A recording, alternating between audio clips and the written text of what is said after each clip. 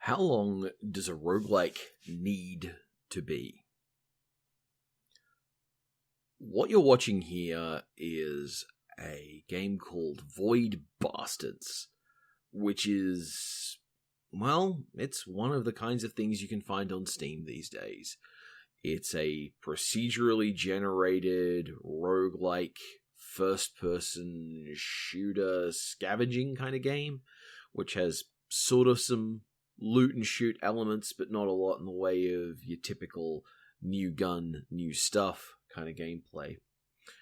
In this game, you're playing a reconstituted prisoner who is traveling through clearly a ratty sector of space, dealing with pretty much nothing but non-stop wreckage and abandoned and failed vessels, trying to find the components required to reactivate your ship's get me the heck out of here and to somewhere safe meter. This takes the form of flying to a new area, getting on board, retrieving everything you can, and getting out. In a lot of ways, it has a lot of dials that the game can turn to make every experience interesting and different. Not the least of which is just that the game is mostly about running out of stuff.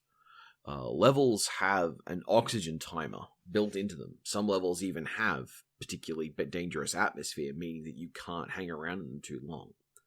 Healing in this game isn't done with pickup items. Outside of one particular type of ship, there's not a lot of ways to recover your health quickly in any kind of situation. If you want to heal, you've got to sit in your ship and you've got to eat sandwiches, and that can take time, and it can eat into, literally, a reserve of resources you don't necessarily have a lot of long term. Void Bastards is, in a lot of ways, a design you've probably seen before and probably played before, in which case the question becomes, why play this one? And the answer is mostly its particular variety of charm. I've been on the record as a game designer that I have a great fondness for extremely crap people trying their best. And in the case of Void Bastards, you are given very little characterization, but you are nonetheless sent into a charmingly obtuse and unhelpful world to try and do your best to survive, and for the sake of yourself and all the other prisoners on the ship, thrive. Now, it is bleak in a very British way, but, and I don't know this because I didn't look into the origin of the developers, there is a deeply Australian element to this entire narrative. See, your character is a convict, and they are being pressed into service to save the convict colony itself.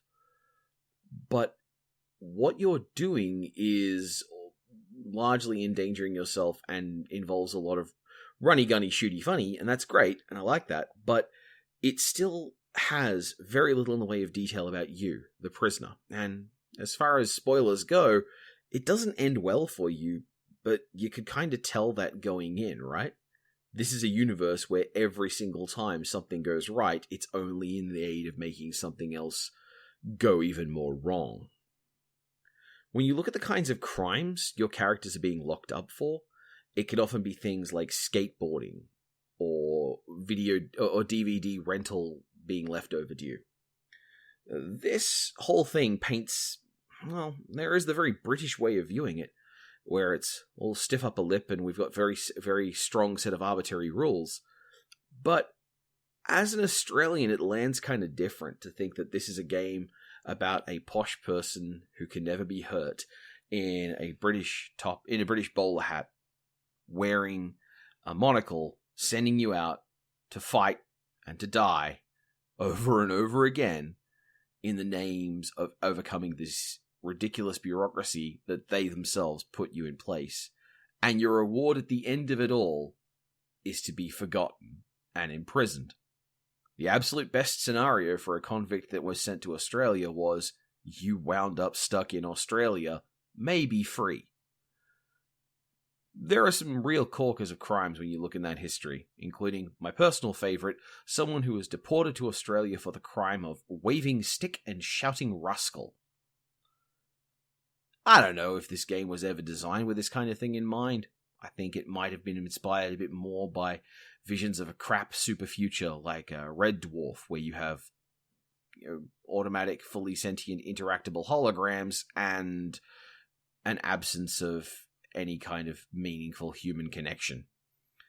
As it is, Void Bastards is a solid game. I definitely got my fun out of it, and if you like collecting things and scrounging for things, and those roguelike elements that you can watch as every dial gets turned a little, and you find yourself looking excitedly into different things that the game lets you do, it's definitely a game to check out. I think you'll have a lot of fun. There is a perk you can get that makes tourists not explode when you get near them. And there is another perk you get, which means whenever you pass near garbage on the ground, you automatically loot it. I had both of these in my winning run real early on, and let me tell you, it makes that part of the game real convenient.